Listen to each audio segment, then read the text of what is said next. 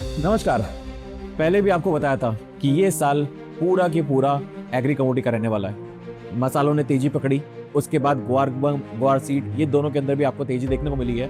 क्या अगला जो टारगेट है वो आरएन सीड होने वाला है? सरसों आने वाले टाइम में एक बड़ी तेजी दे सकता है। कितनी बड़ी तेजी देगा, क्या कहानी रहेगी, उसके ऊपर पूरी चर्चा करेंगे। लेकिन अभी तक आपने हमारी इधर रिसर्च को ज्वाइन नहीं करा है तो 8006007616 पे आप कॉल कर सकते हैं। चलिए आइए सरसों पे बात करते हैं। हमारे साथ में ओम जी हैं और हम आज पूरा की पूरा फंडामेंटल कवर करेंगे और उसके बाद में टेक्निकल चार्ट पे भी आएंगे कि आने वाले टाइम में सरसों की कहानी क्या हो रही है और सरसों कहां तक तेजी बना सकती है। तो नमस्कार ओम जी। नमस्ते। सबसे पहले अगर बात करें तो डेटा की, तो गवर्नमेंट का आंकड़ा हमेशा थोड़ा सा ज्यादा ही रहता है, लेकिन हम जो मार्केट स्ट्रीट एक्सपेक्टेशन होती है उसके हिसाब से थोड़ा सा आंकड़ा कम निकल के आ रहा है। तो यहाँ पे जो मैं फर्स्ट आंकड़ा निकल के दिख रहा हूँ तो यहाँ पे 1,18,000 118 114 के आसपास में स्टीक का कॉल है। 118 के आसपास में ला- स्ट्रीट लाख का, मीट्रिक लेकिन टन। जो गवर्नमेंट का वो 137 के आसपास हाँ। का है, तो वो थोड़ा हमेशा उनको ज्यादा रहता है। स्ट्रीट हमेशा एक्सपेक्टेशन लो क्यों रखती है? देखिए, स्ट्रीट वास्तविकता के आसपास रहती है और सरकार चाहती है कि कोई भी किसी भी कारण से पैनिक ना हो।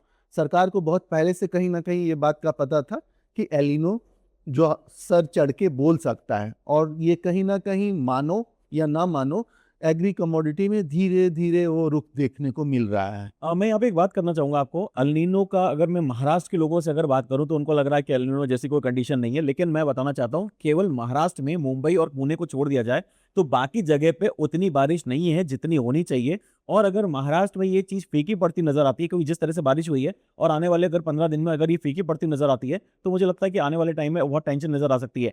आईएमडी का कहना है कि अगस्त महीने के बाद से आपको हीट वेव नजर आएगी, पानी बहुत कम नजर आएगा, और ये वाली सब सिचुएशन होती है तो जो आगे सिंचाई के लिए जरूरत है वो काफी कम पड़ सकती है। जो अल नीनो का इंपैक्ट अभी लोगों को लग रहा है कि शायद अल नीनो का इंपैक्ट अभी देखने को नहीं मिलेगा, लेकिन अगस्त के बाद अल नीनो का इंपैक्ट देखने को मिलेगा। तो वो पूरी प्राइसेस जो हैं वो अनएक्सपेक्टेड तेजी दिखा सकती हैं और क्रॉप पे एक बड़ा असर देखने को मिल सकता है। यस संकित जी, आपने एकदम सही बोला। आईएमडी शुरू से ये बातें बोल रही थी कि पहला 2 महीना एल नीनो का इम्पैक्ट नहीं रहने वाला है। इम्पैक्ट एक्चुअली अगस्त ऑनवर्ड ही आने वाला है, खासकर सितंबर, अक्टूबर और नवंबर से तो सीवियर होगा। एल नीनो मतलब क्या? कम बारिश, मौसम में गर्मी। क्या वाटर रिजर्व आज जो कंडीशन पे है काफी एरिया में, वहां से वेपराइज होगा? क्या किसानों को जो सिंचाई के लिए पानी मिलना चाहिए, क्योंकि रबी बेसिकली सिंचाई का फसल माना जाता है, बिल्कुल। ठीक है ना? तो अगर उनको उचित सिंचाई के लिए पानी नहीं मिलेगा तो क्या होगा? कंसर्न वहां है। और कहीं ना कहीं अगर आप देखिएगा ना, तो कनाडा का कैरी ओवर स्टॉक भी 40% से डिक्लाइन है, अगर मैं आरएम सीड की बात करता हूं तो। और दूसरी बात है कि यूक्रेन का भी रेपसीड हार्वेस्टिंग जो एस्टिमेटेड है ना, वो 9% से लोअर है। ये तो एक शुरुआती है, आंकड़ा पे तो हम बाद में जाते हैं। सरसों का अगर ये कहानी है और कहीं ना कहीं एल नीनो इफेक्ट होता है और बिजाई अगर डिले होता है, क्या आंकड़ा आप लेना चाहिएगा? सरकार का आंकड़ा लेना चाहिएगा, स्ट्रीट का आंकड़ा लेना चाहिए? 118 120 का आंकड़ा, चलिए 118-20 को भी लेते हैं, 125 ले लेते हैं एवरेज का। दोनों आंकड़े पे कहीं ना कहीं डिस्कस करते हैं। लेकिन अगर दोनों आंकड़े की अगर मैं बात करूं तो यहाँ पे ऑलरेडी अगर हम देखें तो जून में करीब 10 से 13 मैट्रिक टन के आसपास आने की उम्मीद है। 10 से 13 लाख मैट्रिक टन के आने की उम्मीद है। लाख, यस। और अगर मैं इसकी बात करूं तो अभी तक करीब करीब अगर देखा जाए तो 64 से लेके 68 लाख मैट्रिक टन के आसपास आ चुका है, और टोटल 118 लाख मैट्रिक टन के आसपास है। अब ये जो डिफरेंस है ये अगले 8 महीने अभी और आना है, क्योंकि यहाँ से अगली क्रॉप तो बहुत लंबी दूरी हो गई है। अगली क्रॉप किस तरह की आएगी, कैसी आएगी, वो तो भविष्य बताएगा, लेकिन आज की तारीख में बताएं तो करीब करीब मुझे लग रहा है कि 6 से 7 लाख मैट्रिक टन की अगर बात करें तो ये कहीं ना कहीं कमजोर होती नजर आ रही है। यस, अगर आंकड़े पे जाते हैं तो हर महीना, जैसे पिछले महीना में भी लगभग लगभग 9 लाख के आसपास में क्रशिंग हुई थी, ठीक है ना? हम 9 को 8 भी करते हैं ना, और 8 महीने के बाद क्रॉप आने वाली है तो 64 होती है। 9 लाख मैट्रिक टन के तो यहाँ पे बात कर रहे हैं, हाँ, हर महीने होता है। हाँ। तो 9 नहीं, 9 की क्रशिंग हुई है। हाँ। 9 की क्रशिंग हुई, बीच में तो 14.5 की क्रशिंग चल रही थी शुरुआत में, जी जी। जब तेल की तेजी पकड़ी थी तो 14.5 का हम 9 को भी घटा के 8 करते हैं तो 64 की रिक्वायरमेंट है। आज अपने पास अगर मतलब ये जो अराइवल आ चुकी है और जो क्रशिंग हो चुकी है, अगर उस सबको माइनस कीजिएगा ना तो हाथ में मात्र 64 लाख टन ही है। मतलब जितना है उतना ही है, और उसके अंदर कैरी ओवर स्टॉक की अगर बात कर लें, उसको भी मिला लें, तो कहीं ना कहीं एक मान के चलते हैं कि उतना हो जाएगा। लेकिन थोड़ी सी अगर ऊपर नीचे हुआ, कुछ भी हुआ, तो आने वाले टाइम में नहीं दिक्कत नहीं, हो आप सकती शायद है। एक चीज मिस कर रहे हैं कि किसानों को बिजाई के लिए 5 लाख मेट्रिक टन के आसपास की रिक्वायरमेंट आती है। तो वो पूरा कम हो गया। पूरा कम हो गया। तो वो 5 लाख टन जो है, 5 लाख मीट्रिक टन जो है वो चाहिए था, वो पूरा की पूरा कम हो गया है। तो मतलब जितनी डिमांड आने वाले टाइम में रहने वाली है, उतना तो प्राइसेस आपको अगर मतलब 8 के बदले में 9 हो गई तो, क्योंकि क्या होती है, 15 जुलाई के बाद महाराष्ट्र के काफी प्लांट या सोया प्लांट्स कहीं ना कहीं मेंटेनेंस में जाती है, हम्म। और अगस्त में भी जाती है। और कल रात से फिर से छिड़ गई है यूएस ईरान का जंग। हम्म। अगर क्रूड प्राइस ऊपर गया तो क्या ऊपर मत गया, वहाँ पे हमने देखा था अभी 67-60 डॉलर तक आया था, वापस आज हम देख रहे हैं 72-73 डॉलर के आसपास आ गया है। तो वापस वो उछाल तो लेना ही था। देखिए, एक जो इतनी बड़ी गिरावट आई थी, उसके बाद उछाल लेना था। कारण डेफिनेटली जो भी बना हो, यूक्रेन वाली वॉर वाला सिचुएशन वापस है, और ये ईरान वाला सिचुएशन जो वापस से बना है। लेकिन ये सिचुएशन बना तो डेफिनेटली है। देखिए, अभी आगे कितना खिंचता है वो एक अलग कहानी होगी, लेकिन क्या इसका इम्पैक्ट ग्लोबल मार्केट में पड़ता हुआ नजर आ रहा है? देखिए, इंडोनेशिया ऑलरेडी बोल चुका है कि हम क्रशिंग करेंगे, हम्म। मतलब पाम से बायोडीजल बनाएंगे। मलेशिया भी यही बात कह रहा है। उधर में अर्जेंटीना, ब्राजील भी सेम बातें करेगी आने वाले टाइम पे। तो सोचिए, जो सप्लायर है वो अगर बायोडीजल में कन्वर्ट कर रहे हैं क्रूड के प्राइसेस जंप के कारण, तो सप्लाई शॉर्टेज का कंडीशन क्या होगा।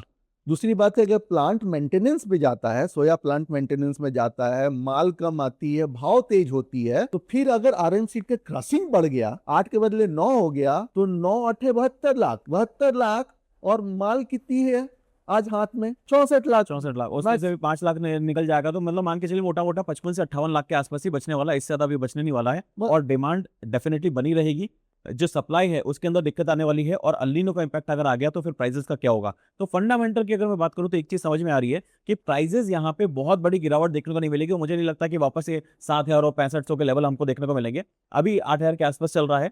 बहुत अगर गिरावट यहाँ पे देखने को मिलती है, तो मैक्सिमम साइड में मैं मान के चलता हूँ कि 75-76, अगर बहुत कुछ सिनेरियो चेंज होता है, इससे ज्यादा गिरावट देखने को नहीं मिलेगी। अगर मैं टेक्निकल चार्ट्स की बात करूं, तो टेक्निकल चार्ट्स पे फंडामेंटल हमने पूरा देखा।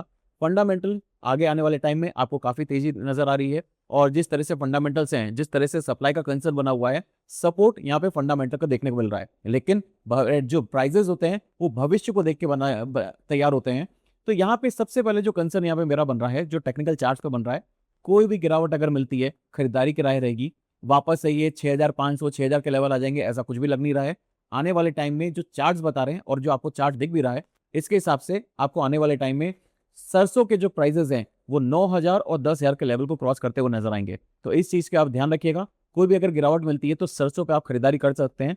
किसानों के लिए एक सबसे बेटर चीज है, अगर उनके पास सरसों है तो उसको थोड़ा सा रोक के रखना चाहिए, कि निकाल देना चाहिए। नहीं नहीं, किसानों को तो एकदम रोक के रखना चाहिए। किसान ही हमेशा त्रस्त होते हैं। और हमारा पहला दिन से पॉडकास्ट में एक ही बात था, ये साल किसान का होना चाहिए।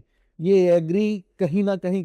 बेचारे किसान अगर आज के दिन पे पर एकड़ जो भी बिजाई का फसल आता है, अगर वो बेचारे मार खाते हैं, तो खाते तो वही मार है। तो अगर उनको, उनके पास आज के दिन पे माल पड़ा हुआ है, तो धीरे धीरे करके निकाले, पैनिक होके नहीं निकालना सर, चाहिए। बात आपकी बिल्कुल सही बात है, लेकिन आप जिस तरह से अभी पॉडकास्ट में बोल रहे हैं और लोगों ने सुन के अगर यही चीज करना चालू कर दिया, स्टॉकिस्ट ने स्टॉक करना चालू कर दिया, किसानों ने अपने पास माल रखना चालू कर दिया, तो प्राइसेस तो क्या 12-15 हज़ार रुपए क्रॉस करते हुए नजर आएंगे, अगर लोगों ने बेचना नहीं चालू करा। ऐसा नहीं है, बिल्कुल अभी प्राइसेस मुझे लग रहा है कि यहाँ पे सस्टेनेबिलिटी कर रही है, प्राइसेस ऊपर जाएंगे। आप ये, लेकिन ओम जी की बात बिल्कुल सही है, एकदम से अपना माल मत छोड़िए, धीरे धीरे उसको निकालिए, जरूरत के हिसाब से उसको निकालिए। अगर आपको अभी जरूरत नहीं है, जितना जरूरत है उतना ही निकालिए, पूरा माल निकालने की कोशिश मत करिए, क्योंकि आने वाले टाइम में प्राइसेस में कोई बहुत बड़ी गिरावट देखने को नहीं मिलेगी। अगर 400-500 रुपए की कोई गिरावट आ जाती है तो घबराने की जरूरत नहीं है। आने वाले टाइम में आपको वापस से तेजी बनती नजर आएगी। एक्सपेक्टेड है कि ये प्राइसेस शायद 10,000 के लेवल को बहुत जल्दी क्रॉस करते हुए नजर आए। खासकर मैं सबसे ज्यादा तेज हूँ अगर जब इसमें अचानक फेस्टिवल आएगी। खासकर अगस्त के समय से थोड़ी फेस्टिवल डिमांड आती है, लेकिन सितंबर ऑनवर्ड, जैसे आपका क्या होता है, जुलाई और अगस्त के बीच में सावन महीना आता है, तो यहाँ थोड़ी रुकती है बारिश में। जो आप बार बार पकोड़े खिला रहे थे हमें, वो पकोड़े में एक बार थोड़ी सी डिमांड आती है, लेकिन जैसे वो फेस्टिवल में कन्वर्ट हो जाती है, बड़े बड़े फेस्टिवल में, तो वहाँ और शादी में कन्वर्ट होगी, वहाँ डिमांड नॉर्थ की काफ़ी बढ़ेगी। दूसरा एलिनो इम्पैक्ट, ये कहीं ना कहीं सितंबर अक्टूबर में थोड़ा भी दिखी ना, तो सरसों जो आप बोल रहे हो ना कि 9,000 और 9,000 के ऊपर आराम से कहीं ये बाई मिस्टेकली 10,000 के ऊपर ना चला जाए। क्योंकि देखिए सरसों सबसे ज़्यादा अगर मैं देखा तो यूपी साइड में ही होती है और वहाँ पे अभी बारिश की बात करें तो बिल्कुल नज़ारा दे, इतनी ज़्यादा बारिश नहीं है। एवं इन बोला है कि आने वाले टाइम में यूपी मतलब मैं आपके साथ उस तरह से सहमत नहीं हूँ, ये बेसिकली राजस्थान बेल्ट का है, राजस्थान एमपी और ये तो सब। कोई भी बेल्ट में भी इतनी बारिश नहीं है। अगर आप हाँ, इधर भी बात करेंगे सरसों की, उधर भी यूपी का side अगर बात आप करेंगे तो भी सोयाबीन नहीं है। छोड़ दीजिए यूपी का, अगर हम सोयाबीन ही लेते तो सोयाबीन जिस तरीका से भाव ऊपर आया था और जिस तरीके से भाव टिका हुआ है, 7,000 के आसपास में भाव टिका हुआ है, तो हमें उम्मीद थी कि इस बार बिजाई 20 से 30% बननी चाहिए। लेकिन अगर आप देखिएगा जिस तरीके से आपने बोला भी कि ये बारिश जो इतनी त्रासदी के साथ बारिश थी वो सिर्फ पुणे और बॉम्बे के लिए यस थी। यस, मराठवाड़ा में बारिश नहीं है, मतलब आपको अकोला ऑनवर्ड बारिश कमजोर है। बहुत कमजोर बारिश है। हार्डली जो बिजाई जो बढ़ी है वो 7% से 9% के आसपास में ही सोयाबीन की बिजाई बढ़ी है। अगर मान लीजिए कि बारिश आने वाले 10-15 दिन में सुधरती नहीं है तो सोयाबीन की बिजाई मतलब इसी के आसपास में रुक जाएगी, जो सरसों को और सपोर्ट और करेगी। सारी कमोडिटीज पे ये असर पड़ता हुआ नजर आएगा। खासकर तेलों में, तिलहन की बात करूँ तलन तो। की बात करें तो सारी इसमें असर पड़ता नजर आएगा। तो ये है थी हमारी आरएन सीट के ऊपर बात। अगर आपको रिसर्च रिपोर्ट चाहिए, पूरी की पूरी जानकारी चाहिए, डेली लेवल्स आपको चाहिए मार्केट के अंदर, अगर आप एनसीटेक्स में ट्रेडिंग करते हैं, प्लीज आप कॉल कर सकते हैं 8006007616 पर। थैंक यू सो मच, नमस्कार। नमस्ते जी। Investments in securities market are subject to market risks. Read all the related documents carefully before investing.